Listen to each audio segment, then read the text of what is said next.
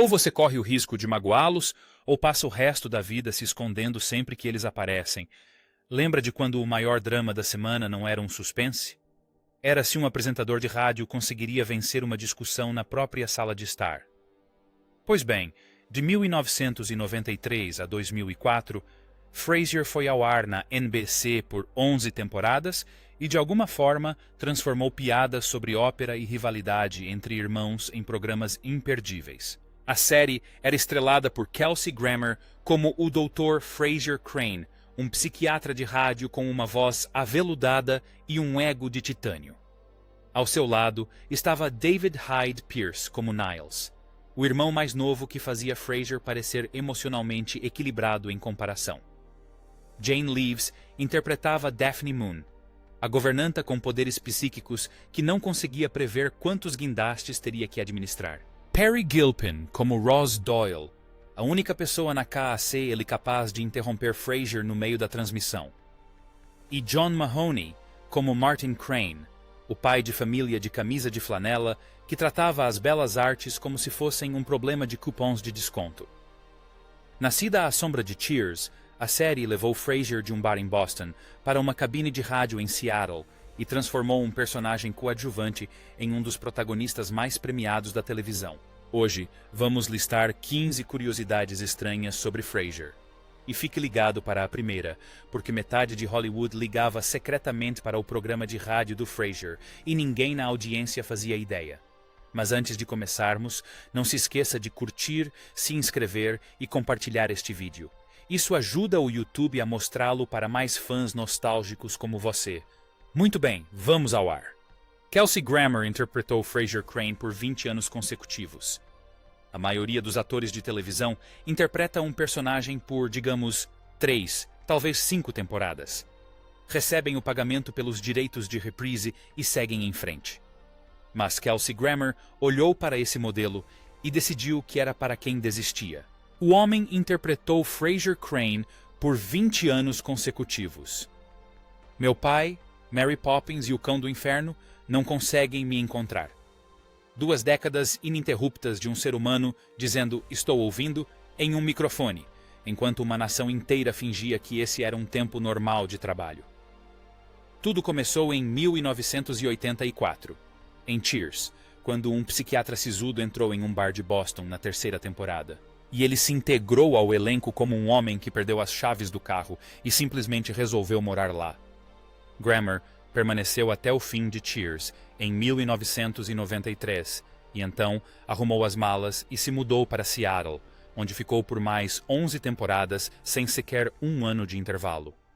20 anos, mais de 460 episódios em Cheers, Frasier e uma participação especial em Wings, que discretamente uniu todo o universo das sitcoms. Essa sequência igualou o recorde de longevidade detido por James Arness e Milburn Stone em Gunsmoke. E então o homem não conseguiu parar. Quando o revival de Frasier estreou em 2023, Grammer oficialmente ultrapassou esse recorde. Os anos não eram mais consecutivos, mas agora ele interpretou o mesmo personagem ao longo de 4 décadas diferentes. As décadas de 80, 90, 2000 e 2020. Em certo ponto, deixou de ser um papel e se tornou uma espécie de endereço postal permanente. Lisa Kudrow foi Ross Doyle por 3 dias. Agora Lisa Kudrow era Ross Doyle, contrato assinado, selado e pronta para entrar em ação em uma cabine de rádio de Seattle. Os produtores de Frasier lhe ofereceram o papel em 1993 e todo o acordo durou exatamente 3 dias. É mais curto do que a maioria dos períodos de teste gratuitos. Os criadores David Angel, Peter Casey e David Lee construíram Ross para ser a única luz de verificação do motor funcional de Frasier Crane e a única pessoa na KAC ele capaz de ouvir um homem comparando água da torneira a um Bordeaux de qualidade inferior e mandá-lo parar por aí. Kudrow fez o teste. Todos ficaram impressionados e ela garantiu o papel. Mas então os ensaios começaram. Sempre que Kelsey Grammer levava Frasier ao ápice de seus monólogos insuportáveis, o calor natural de Kudrow simplesmente absorvia tudo. A personagem deveria revidar, mas em vez disso, a plateia assistia a um psiquiatra pomposo atropelando gentilmente a pessoa mais doce de todo o prédio. Os produtores haviam criado um parceiro para um duelo verbal e, por acidente, escalaram alguém para apaziguar conflitos. Mas Peri Gilpin, a segunda colocada, foi quem recebeu a ligação. A mulher entrou no set como se ganhasse discussões com homens engravatados desde o ensino fundamental. Ela acompanhou a energia de Grammer sem hesitar e Ross se tornou um sucesso instantâneo. Enquanto isso, a carreira de Kudrow protagonizou a mais espetacular reviravolta da história das sitcoms. Porque meses depois, um pequeno piloto chamado Friends Like Us precisava de um guitarrista que não tinha a mínima noção de como funcionam as conversas normais. Kudrow apareceu, criou Phoebe Buffay e lançou O Gato Fedorento em toda uma geração. Niles não existia até que alguém viu uma foto dele. Agora, a versão original de Frasier tinha Frasier Crane como filho único. O homem mais pomposo de Seattle deveria sustentar 11 temporadas de snobismo sozinho. O plano inicial era bem definido. Era Frasier e Martin, pai e filho, ópera versus jogos de beisebol, snob versus homem comum. Distancie a série de Cheers e mantenha o universo bem pequeno. Um irmão nunca esteve nos planos, na proposta ou na imaginação de ninguém. Mas então o diretor de elenco Jeff Greenberg viu uma foto de um ator de teatro relativamente desconhecido chamado David Hyde Pierce e toda a série mudou de rumo. Eles conheceram Pierce e, em algum momento entre o aperto de mãos e o teste, perceberam que haviam descoberto acidentalmente a coisa mais perigosa da comédia. Um espelho, um segundo Frasier, igualmente refinado, igualmente neurótico e, de alguma forma, ainda mais tenso. O ator interpretou Niles como se fosse um suéter de cachemir esticado sobre um ataque de pânico. Aquele close no rosto dele mudou completamente a série. A rivalidade entre os irmãos alimentou metade dos melhores episódios e a construção gradual do relacionamento entre Niles e Daphne se tornou a espinha dorsal emocional de 11 temporadas. E David Hyde Pierce recebeu pessoalmente 4 Emmys por um personagem que começou como uma fotografia que alguém viu por acaso numa tarde qualquer. A série inteira quase não aconteceu. Ora, a sitcom mais premiada da história do Emmy, até então, quase não tinha nada a ver com Seattle, uma cabine de rádio ou sequer um copo de xerez. E as pessoas que a criaram foram as mesmas que tentaram enterrá-la. Quando Cheers terminou em 1993, Kelsey Grammer queria se distanciar. Eles estavam apavorados com a ideia de criar o que chamavam de Cheers para pobres, um spin-off requentado vivendo à sombra de Sam Malone. Então, eles exageraram na dose da maneira mais espetacular possível e apresentaram a NBC uma série onde Grammer interpretava um magnata da mídia rico e egocêntrico que ficou paralítico em um acidente de moto, administrando seu império de uma cobertura em Manhattan, enquanto travava batalhas com uma enfermeira esperta que morava com ele. Então, segundo consta, o presidente da Paramount TV, John Pike, chamou Grammer para jantar e disse: "Acho que as sitcoms devem ser engraçadas. Não se assuste. Entraremos em contato com você, se não por telefone, então pela torradeira." A NBC rejeitou a proposta e disse à equipe para trazer de volta Frasier Crane. Aparentemente, Grammer precisava de um executivo do estúdio em um jantar para lembrá-lo de que, sim, essa era uma boa ideia. Então, a equipe ficou presa reconstruindo um programa em torno de um personagem do qual eles vinham fugindo ativamente. Seattle foi escolhida especificamente para colocar um continente entre Frasier e Boston. O programa de rádio se tornou uma versão intelectual de um bar. Era o mesmo ritmo, trocando as contas de cerveja pelos microfones e os ouvintes emocionalmente instáveis. Martin Crane foi concebido como um operário destruidor, cujo objetivo era frustrar as pretensões do filho. Mas, ao final da série, Frasier havia conquistado 37 Primetime Emmys, um recorde para uma série de comédia que permaneceu até ser igualado e superado por Modern Family. 11 temporadas, Uma série que definiu a comédia sofisticada para uma geração construída inteiramente a partir do desespero criativo de uma equipe que foi forçada a retornar a um personagem que queria deixar para trás e, acidentalmente, criou uma obra-prima a partir da conversa de um executivo de uma emissora durante um jantar. Maryse deveria ser uma personagem real. Maryse Crane deveria de fato aparecer na série. Ela tinha um nome, um marido e, em certo momento, os produtores até pensaram em Julia Duffy para interpretá-la. Mas aí, a equipe de roteiristas descobriu o jogo mais viciante da televisão, o que piorou ainda mais a situação de Maryse. Não, receio que Maryse esteja tendo um de seus episódios. No meio de se arrumar para a noite, ela de repente se deixou cair na beirada da cama, de camisola, e suspirou. Começou pequeno. Era uma piada sobre ela ser magra, um comentário sobre ela ser pálida, típico de esposa de sitcom. Mas a sala não parava de rir. Em cada episódio, alguém sugeria um novo detalhe, e cada detalhe a tornava ainda mais absurda biologicamente. Certa vez, ela se perdeu atrás de um móvel de jardim. Ela machucou as costas ao pegar o que pensava ser sua bolsa, mas que na verdade era um balão de hélio. A mulher praticamente evaporava dentro de casa se a iluminação estivesse muito quente. Na metade da primeira temporada, os roteiristas descreveram um ser humano que não poderia existir fisicamente neste planeta. Transformaram a esposa de Niles Crane em uma impossibilidade médica com uma agenda de socialite. Todos na sala perceberam que tinham armado uma armadilha. Se você escala uma atriz de verdade, a piada morre na hora. Então, os produtores tomaram a decisão. Maryse jamais apareceria na tela, nunca. E a arma secreta que manteve tudo funcionando foi David Hyde Pierce.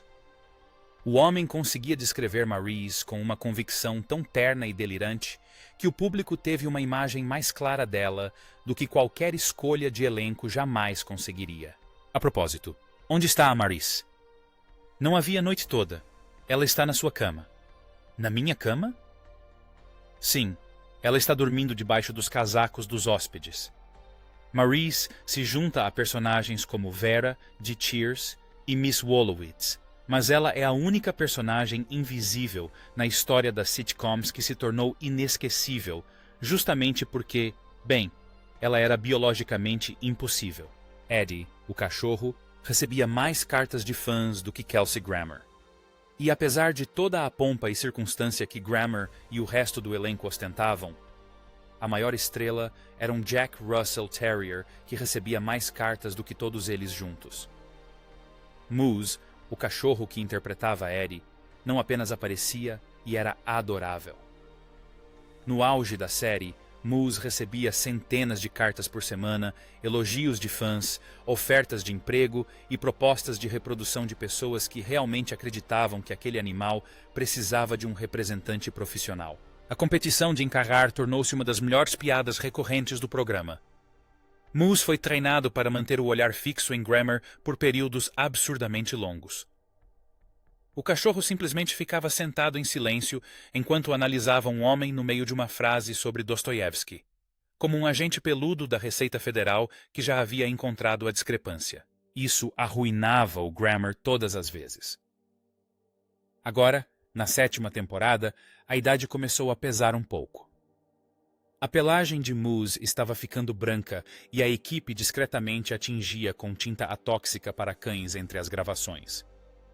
Sua treinadora, Mathilde de Cagny, havia criado Moose especificamente para gerar um sucessor, e um filhote ganhou na loteria genética. As mesmas marcas, o mesmo olhar fulminante, e seu nome era Enzo. E o papel de Eddie se tornou uma dinastia familiar. Os dois cães, porém, supostamente se detestavam. Os treinadores precisavam mantê-los separados porque Moose atacava o próprio filho no local. Agora, 7 temporadas como o artista mais popular de uma sitcom de sucesso, e o velho, ele não lidou muito bem com a sucessão, né? Foi mais como um golpe de estado. Quando a série filmou seu episódio final, em 2004, eles carregaram Moose para fora do palco.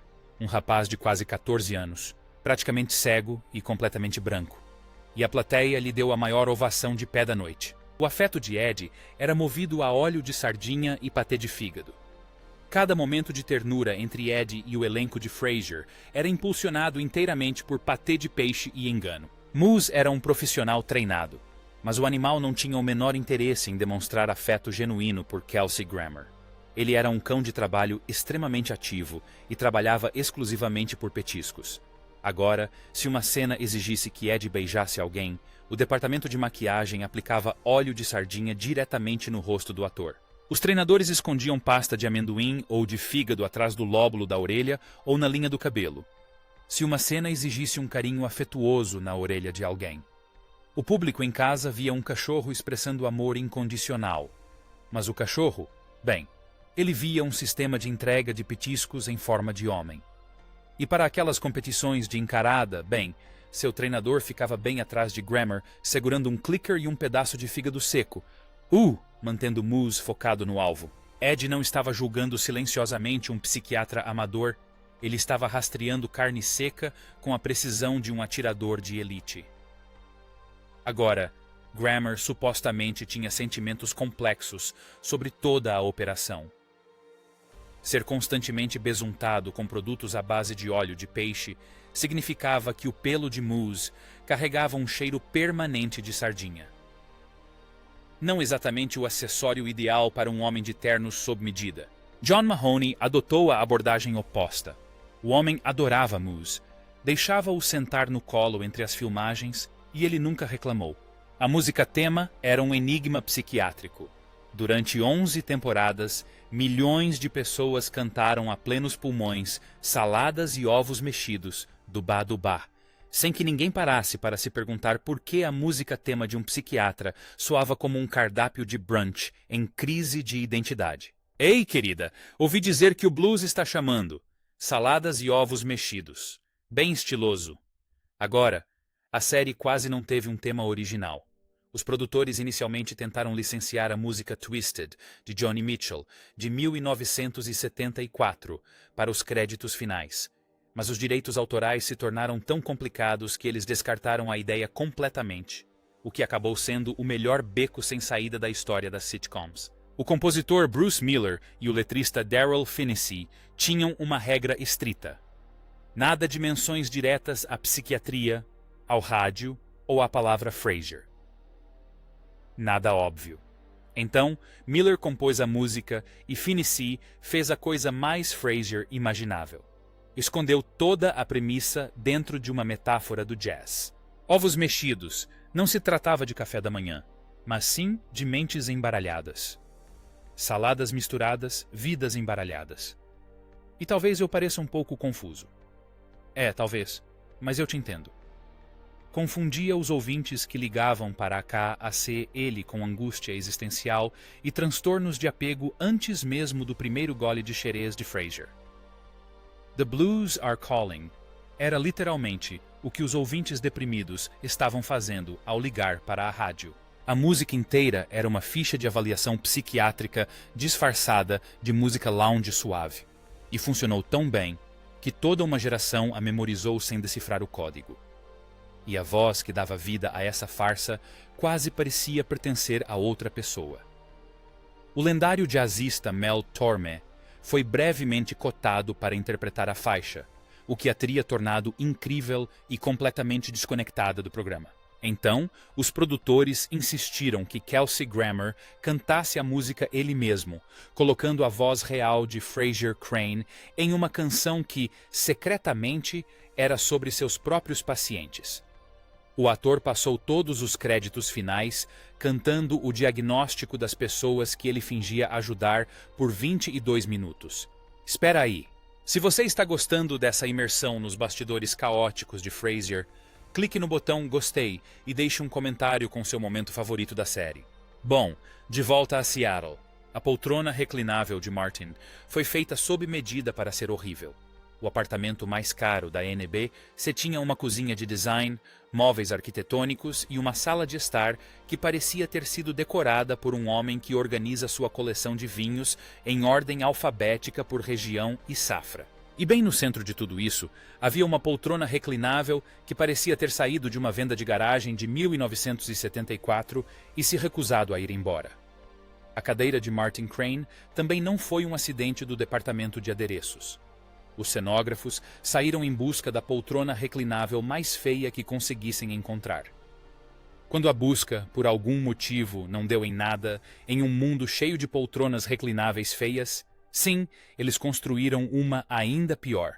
Eles compraram uma cadeira velha e a reformaram com um tecido listrado bem típico dos anos 70, verde-oliva, amarelo mostarda e um padrão que parece ter um leve cheiro de cigarro e carpete de boliche. Depois, usaram escovas de arame para envelhecer o tecido. Colaram fita adesiva nos braços para simular décadas de uso e desgastaram tudo até que parecesse ter sobrevivido a 30 anos de domingos de futebol americano e cerveja derramada. A equipe de produção dedicou mais esmero à aparência horrível daquela cadeira do que a maioria das séries dedica a todos os seus cenários. E quando a cadeira foi destruída no episódio Bel Air Boy da 9ª temporada, a produção teve que mandar tecer o mesmo tecido feio em uma fábrica especializada para recriar o tom exato e ofensivo. Agora, o custo de manutenção daquela cadeira é maior do que o da maioria dos móveis de verdade. O elenco lucrou bastante com a série e depois saiu dela.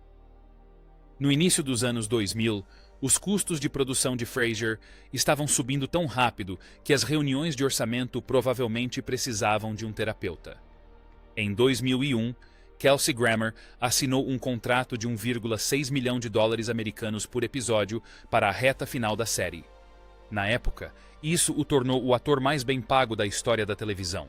Não era o ator de sitcom mais bem pago, era o ator mais bem pago, ponto final. O homem ganhava por meia hora de consulta psiquiátrica mais do que a maioria dos psiquiatras de verdade vê em toda a vida. Soma a isso o resto do elenco. Os custos de produção e os translúcidos meticulosamente iluminados do horizonte de Seattle e a série? Bem, ela estava queimando cerca de $5 cada vez que alguém gritava "Ação!". A NBC tinha fechado um contrato de renovação milionário para as temporadas de 9 a 11. Então o cancelamento não foi uma surpresa.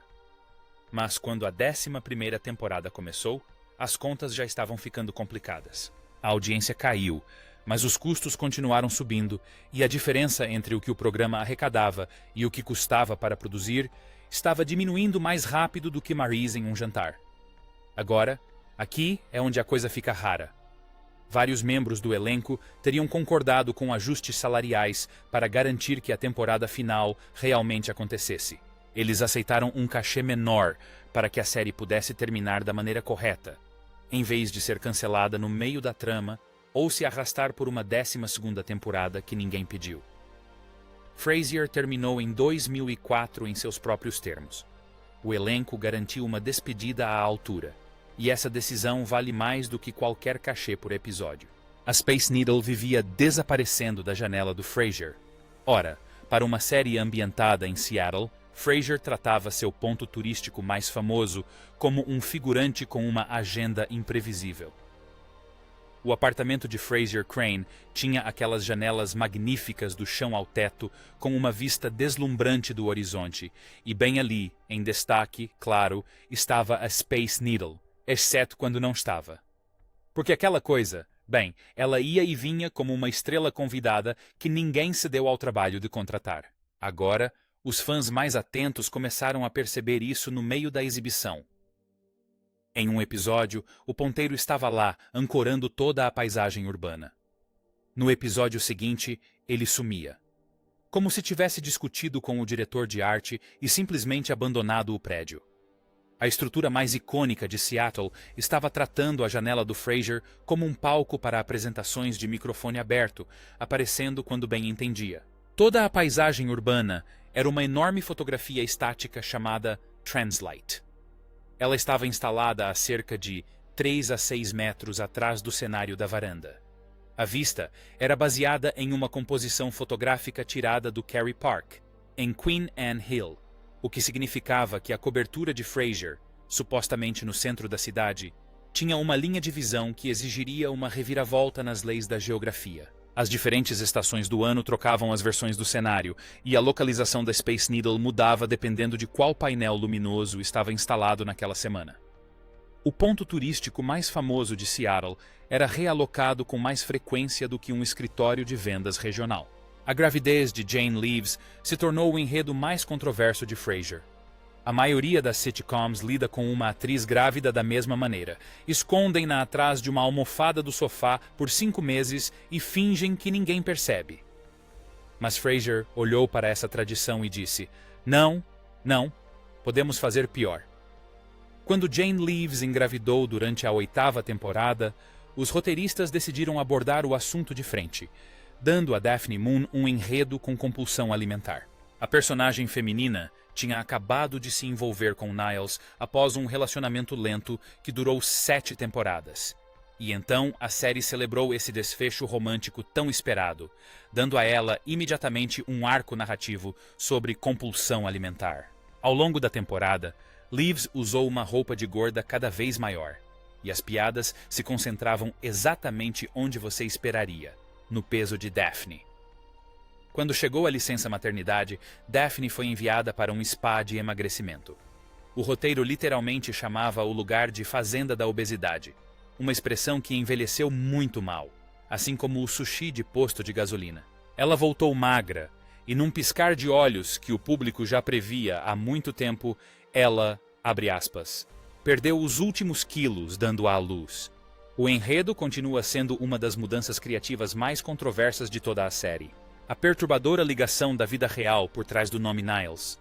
Essa sim tem peso. Em abril de 1968, o pai de Kelsey Grammer, Frank Allen Grammer Jr., foi assassinado durante uma invasão domiciliar nas Ilhas Virgens Americanas. O responsável se chamava Arthur Bevan Niles. Anos depois, quando Frasier apresentou o irmão mais novo de Frasier, Crane, o nome do personagem era Niles. Agora, na própria série, a explicação é simples. Frasier e Niles receberam seus nomes em homenagem aos ratos de laboratório de sua mãe, Hester. Sim, essa é a versão oficial, e ninguém envolvido jamais disse o contrário publicamente. Mas os fãs vêm investigando essa coincidência há décadas, porque ela não para por aí. O filho de Frasier na série se chamava Frederick. A irmã mais nova de Grammer, Karen, foi assassinada em 1975 por um homem chamado Freddie Lee Glenn. 2 nomes de personagens, 2 tragédias da vida real para Kelsey Grammer, ambas separadas por uma distância suficiente para tornar a confirmação impossível e a negação bastante desconfortável. O homem passou 20 anos interpretando um dos personagens mais equilibrados e emocionalmente articulados da história da TV. E fez isso carregando um passado que despedaçaria a maioria das pessoas. Ross Doyle recebeu esse nome em homenagem a uma produtora real que faleceu. Durante 11 temporadas, Ross Doyle foi a única pessoa na K a ser ele capaz de interromper Frasier Crane no meio de uma palestra e fazê-lo agradecê-la por isso. Mas esse nome não foi tirado de um chapéu. Foi retirado de um elogio fúnebre. Antes de Frasier existir, os criadores trabalharam juntos em Wings, e nessa produção havia uma produtora real chamada Ross Doyle. Amada na indústria, ela era durona e famosa por manter produções inteiras em ordem enquanto tudo ao seu redor pegava fogo. Em 1991, Doyle foi diagnosticada com câncer de mama.